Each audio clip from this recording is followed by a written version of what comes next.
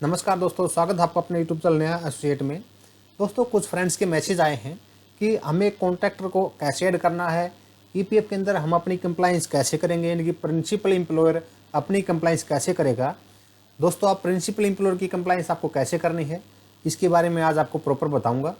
आपको अगर आप एक प्रिंसिपल एम्प्लॉयर हैं तो आप अपनी कंपनी का, यानी कि जितने भी आपके कॉन्ट्रैक्टर हैं, आप उसका कंट्रीब्यूशन चेक कर सकते हैं। आप जिस भी मंथ का चाहें उस मंथ का कंट्रीब्यूशन चेक कर सकते हैं कि उसने आपका प्रॉपर कंट्रीब्यूशन सबमिट किया है। यानी कि जो वर्कर आपके पास काम कर रहे हैं कॉन्ट्रैक्टर बेस पे, उस कॉन्ट्रैक्टर ने उन सभी वर्करों का पूरा का पूरा, यानी कि प्रॉपर ईपीएफ जमा किया है या नहीं किया है, या ईपीएफ किसी का कम जमा किया है या किसी का बिल्कुल भी जमा नहीं किया है। और अगर किसी को एबीआरवाई का बेनिफिट उसको मिला है तो वो भी आप इसमें चेक कर सकते हैं। क्योंकि कुछ कॉन्ट्रैक्टर होते हैं कि ईपीएफ चालान के अंदर जो एबीआरवाई का, यानी कि जो भी गवर्नमेंट से सब्सिडी मिलती है, उसको माइनस करके और उसमें आपको दोबारा दे देते हैं। तो आप उसका प्रॉपर चेक कर सकते हैं वर्कर के अकॉर्डिंग, वर्कर के हिसाब से। उसके लिए आपको आपकी कंपनी के अंदर प्रिंसिपल एम्प्लॉयर ऐड करना पड़ेगा, यानी कि कॉन्ट्रैक्टर ऐड करना पड़ेगा। वो मैं आज आपको बता रहा हूँ आपको कैसे ऐड करना है। दोस्तों, इस वीडियो में कुछ चीज़ें मेरे को हाइड करनी पड़ेंगी, क्योंकि किसी की ये पर्सनल डिटेल आपके साथ शेयर नहीं कर सकते। तो यहाँ से आपको अपनी ईपीएफ की साइट को लॉगिन करना है। उसके बाद आपको एस्टेब्लिशमेंट में जाना है। आपको यहाँ पे लास्ट से सेकंड ऑप्शन मिलेगा कॉन्ट्रैक्टर का। दोस्तों, इसके बारे में मैंने पहले भी आपको एक वीडियो दी थी, आप कैसे कॉन्ट्रैक्टर ऐड कर सकते हैं और कैसे आप अपनी कंप्लाइंस कर सकते हैं। लेकिन आज मैं आपको कंप्लीटली कंप्लाइंस करके दिखाऊंगा आपको कैसे कंप्लाइंस करनी है और कैसे आप उसको चेक कर सकते हैं। कॉन्ट्रैक्टर का बेनिफिट, यानी कि कॉन्ट्रैक्टर का ईपीएफ पर वर्कर आप कैसे चेक कर सकते हैं। आपको कॉन्ट्रैक्टर में जाना है। कॉन्ट्रैक्टर में जाने के बाद आपको यहाँ से ऐड कॉन्ट्रैक्टर करना है। अगर आपके पास एक या एक से ज़्यादा कॉन्ट्रैक्टर हैं तो भी आप जितने भी कॉन्ट्रैक्टर हैं सभी को ऐड कर सकते हैं। अगर आपके पास एक ही कॉन्ट्रैक्टर है तो आप एक को ही ऐड कर सकते हैं। यहाँ से आपको उसका पूरा ईपीएफ कोड डालना है। जैसे कि अगर गुड़गांव का है तो उसके आगे जीएन, जीजीएन, जो भी जिस भी स्टेट का, डिस्ट्रिक्ट का है, वो आपको पूरा प्रॉपर ईपीएफ नंबर डालना पड़ेगा। अगर आपका यूपी का है, यूपी में जो भी उसका कंप्लीटली ईपीएफ नंबर है वो डालना पड़ेगा, या जिस भी स्टेट का है, जिस भी डिस्ट्रिक्ट का है, वो आपको यहाँ पे कंप्लीट ईपीएफ नंबर डालना पड़ेगा। जैसे मैं एक बार डाल देता हूँ। यहाँ पे आपको उसकी एग्रीमेंट की डेट डालनी है। ये बात आपको खास ध्यान में रखनी है कि जो यहाँ पे आप डेट डालेंगे उसके बाद का आप कोई भी डाटा चेक नहीं कर सकते, यानी कि उससे पहले का कोई भी डाटा आप चेक नहीं कर सकते, उसका बाद का आपका डाटा चेक कर सकते हैं। जैसे मैं यहाँ पे 1 जुलाई डाल देता हूँ तो मैं 1 जुलाई से ही उसकी वेजेज चेक कर सकता हूँ। 1 जुलाई के बाद मैं उसकी वेजेज यहाँ पे चेक नहीं कर सकता, यानी कि 1 जुलाई से पहले की वेजेज, यानी कि कॉन्ट्रीब्यूशन डाटा मैं वहाँ से चेक नहीं कर सकता। मैं यहाँ पे 1 मई डाल देता हूँ तो मैं मई का भी डाटा चेक कर सकता हूँ। मई से पहले, यानी कि अप्रैल का डाटा चेक नहीं कर सकता। अगर आप यहाँ से जनवरी डाल देंगे तो आप जनवरी से डाटा चेक कर सकते हैं। आप जनवरी 2021 से पहले का, यानी कि दिसंबर 20 का डाटा आप, या उससे पहले का डाटा आप चेक नहीं कर सकते। यहाँ पे आपको एंड की डेट डालनी है कि जब आपका एग्रीमेंट एक्सपायर होगा, यहाँ पे आपको उसकी डेट डालनी है। अगर आपका कॉन्ट्रैक्ट एक्सपायर नहीं होता है तो आपको मैंडेटरी नहीं है, आप यहाँ पे इसको ब्लैंक छोड़ सकते हैं। यहाँ से आपको, जैसे आप यहाँ पे कोड नंबर डालेंगे उसके बाद आपको इसको सर्च पे क्लिक करना है। यहाँ पे आपके कॉन्ट्रैक्टर की डिटेल आ जाएगी। जैसे कि बीपी इंटरप्राइजेज यहाँ पे आ गई है। जो भी आपका कॉन्ट्रैक्टर है, XYZ, जिस भी नाम से उसकी फर्म है, उसका ईपीएफ कोड नंबर रजिस्टर्ड है, यहाँ पे उसकी डिटेल आ जाएगी। यहाँ पे आपको अपना वर्क ऑर्डर अपलोड करना है, यानी कि वर्क ऑर्डर में आप उसका एग्रीमेंट भी अपलोड कर सकते हैं। जो भी आपके पास उसका वर्क ऑर्डर है, यानी कि जो भी आपने उसको वर्क ऑर्डर दिया हुआ है, आप दोनों पार्टियों का जो भी वर्क ऑर्डर आपके पास है, एग्रीमेंट है, या कुछ भी आपके पास है XYZ, वो आप यहाँ पे डाल सकते हैं। उसके बाद इसको आपको यहाँ से सबमिट करना है।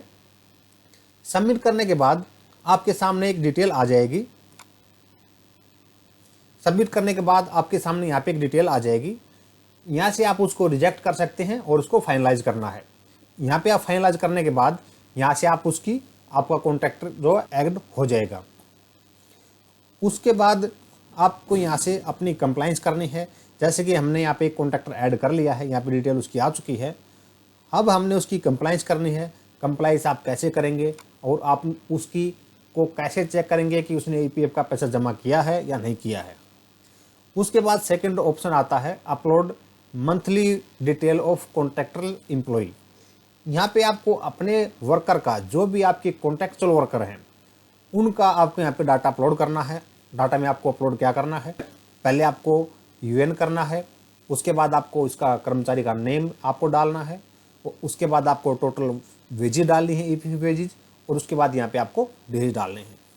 यहाँ से भी आप उसको चेक कर सकते हैं, व्यू एल फाइल आपको मिल जाएगी, यहाँ से आप उसको चेक कर सकते हैं। यहाँ से भी आपको डिटेल मिल जाएगी, जैसे यहाँ पे उन्होंने दिया हुआ है, यहाँ पे यूएन नंबर दिया हुआ है, नाम दिया हुआ है, ईपीएफ वेजेज दी हुई है, जिनके जो भी प्रिंसिपल एम्प्लॉयर ने कॉन्ट्रैक्ट को वेजेज दी है पर वर्कर की, यहाँ पे उसको डालनी है, ईपीएफ वेजेज डालनी है।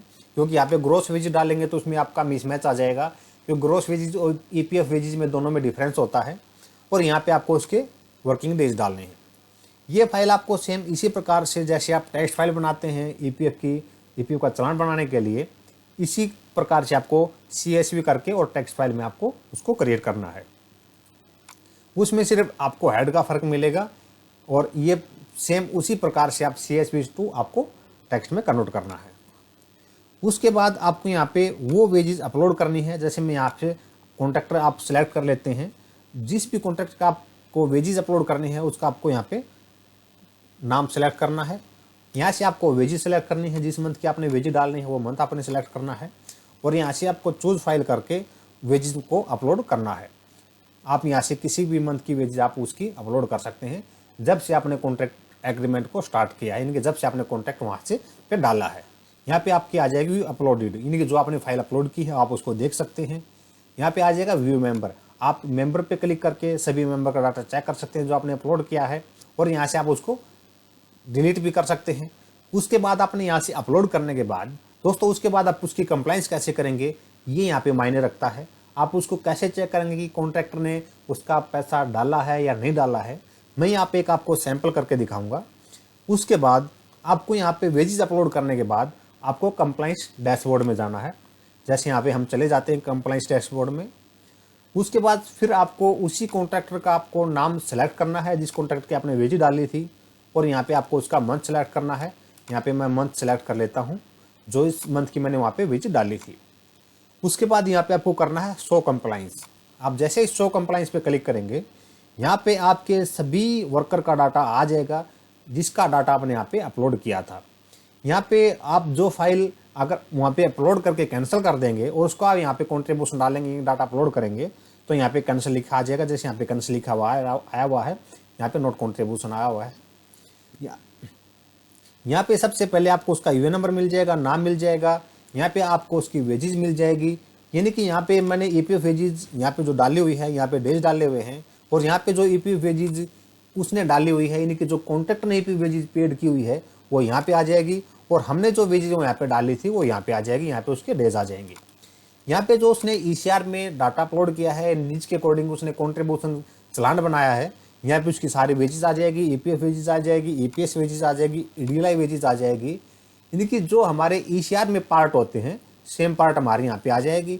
यहाँ पे हमारा कॉन्ट्रीब्यूशन आ जाएगा 12% जो एम्प्लॉय का पार्ट होता है, यहाँ पे पेंशन का पार्ट आ जाएगा, और यहाँ पे एम्प्लॉयर का पार्ट आ जाएगा। यानी कि दोनों का जो डिफरेंस है, एम्प्लॉय माइनस में एम्प्लॉयर, यहाँ पे दोनों का डिफरेंस यहाँ पे आ जाएगा।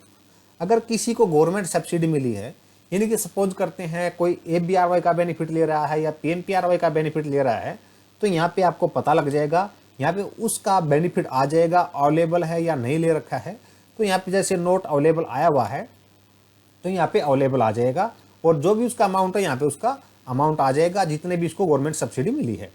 यहाँ पे आपको लास्ट में मिलेगा आपको टीआरएन नंबर, जिस टीआरएन के अकॉर्डिंग उसने पेड किया है, कॉन्ट्रीब्यूशन चालान बनाया है जिस मंथ का, यहाँ पे उसका आपको टीआरएन मिल जाएगा। यहाँ से आप सभी का डाटा यहाँ पे चेक कर सकते हैं। उसके बाद आप इस फाइल को एक्सेल में भी कन्वर्ट कर सकते हैं। एक्सेल में आप कैसे कन्वर्ट करेंगे, यहाँ से आपको एक्सपोर्ट पे क्लिक करना है।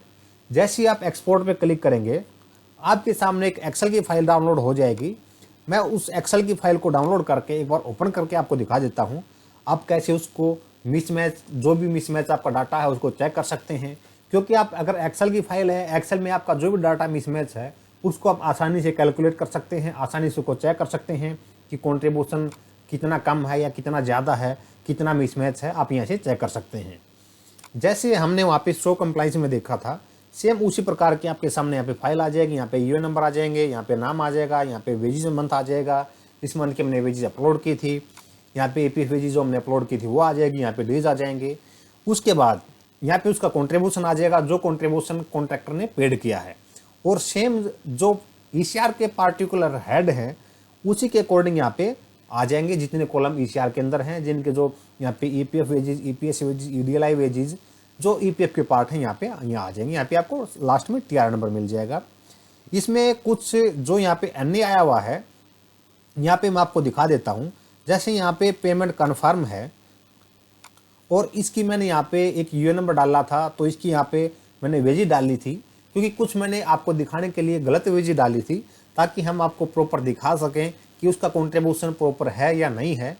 मैंने कुछ वेजेस को मिसमैच करके डाला था, तो यहाँ पे मैंने यहाँ पे उसकी वेजेस डाली थी और यहाँ पे पेमेंट कन्फर्म है कि इसके टीआर के अकॉर्डिंग पेमेंट उसकी कन्फर्म है, तो यहाँ पे इसका कॉन्ट्रीब्यूशन एन आया हुआ है। इनकी कॉन्ट्रैक्टर ने इन यूएन नंबर का पैसा पेड नहीं किया है, जिसका यहाँ पे कन्फर्म आया हुआ है।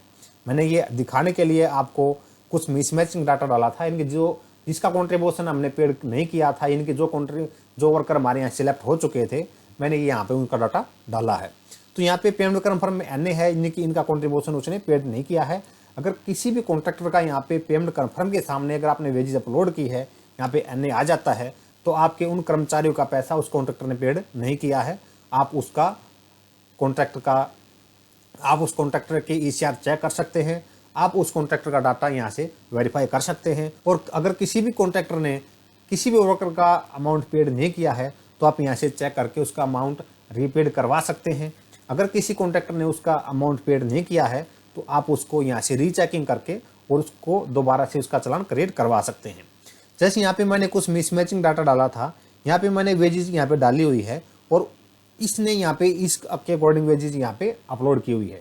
यानी कि मैं एक आपको यहाँ पे दिखा देता हूँ, ये मैंने एक हाईलाइट कर दिया है। यहाँ पे मैंने उसकी वेजेस डाली थी 4039 और यहाँ पे उसने वेजेस अपलोड की हुई है 723 यानी कि 723 रुपये, और हमने यहाँ पे 4039 रुपये उसकी वेजेस अपलोड की थी।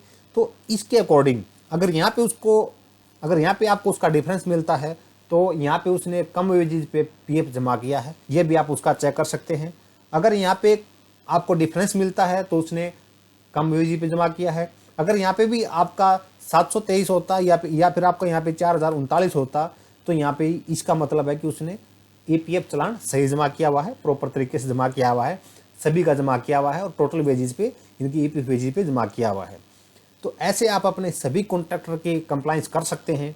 ये ईपीएफ डिपार्टमेंट ने एक बहुत ही अच्छा ऑप्शन निकाला है प्रिंसिपल एम्प्लॉयर के लिए।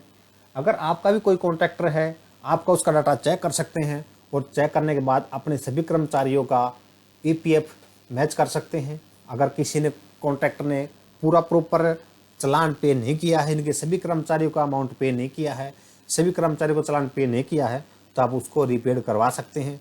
आप अपने सभी कॉन्ट्रैक्टरों का अपना कॉन्ट्रीब्यूशन चेक करें, अपने सभी कॉन्ट्रैक्चुअल वर्करों का, और ये आपके लिए एक बेहतर ऑप्शन है। तो दोस्तों, अगर आप हमारे यूट्यूब चैनल पर नए हैं, हमारे चैनल को सब्सक्राइब करें, वीडियो को शेयर करें, लाइक करें और बेल आइकन बटन को जरूर प्रेस करें ताकि लेटेस्ट वीडियो आपके पास हमारी पहुंचती रहे। अगर आप ईपीएफ में अनकवर्ड हैं, यानी कि आपकी कंपनी ईपीएफ के अंदर कवर्ड नहीं है, तो भी आप अपने कॉन्ट्रैक्टर का डाटा यहाँ पे चेक कर सकते हैं। आपको ईपीएफ की साइट को लॉगिन करना है, यानी कि ईपीएफ की साइट को ओपन करना है और उसके बाद आपको ईसीआर रिटर्न पेमेंट पे क्लिक करना है। यहाँ से आप जैसे ईसीआर रिटर्न पेमेंट पे क्लिक करेंगे, जहाँ से आप अपनी कंपनी को लॉगिन करते हैं, अगर आप अनकवर्ड हैं तो जहाँ से कंपनी को लॉगिन करते हैं, वहाँ आपको सबसे लास्ट में एक ऑप्शन मिल जाएगा अनकवर्ड प्रिंसिपल एम्प्लॉयर रजिस्ट्रेशन। यहाँ पे आप क्लिक करके आप अपनी यूजर आईडी पासवर्ड क्रिएट कर सकते हैं। अगर आप ईपीएफ के अंदर कवर्ड नहीं है, आप अनकवर्ड हैं, आपको ईपीएफ एक्ट के अंदर रजिस्टर्ड नहीं करना है। सिर्फ आप अपने कॉन्ट्रैक्टर का ईपीएफ चेक करने के लिए आप अपनी कंपनी को यहाँ पे रजिस्टर्ड कर सकते हैं।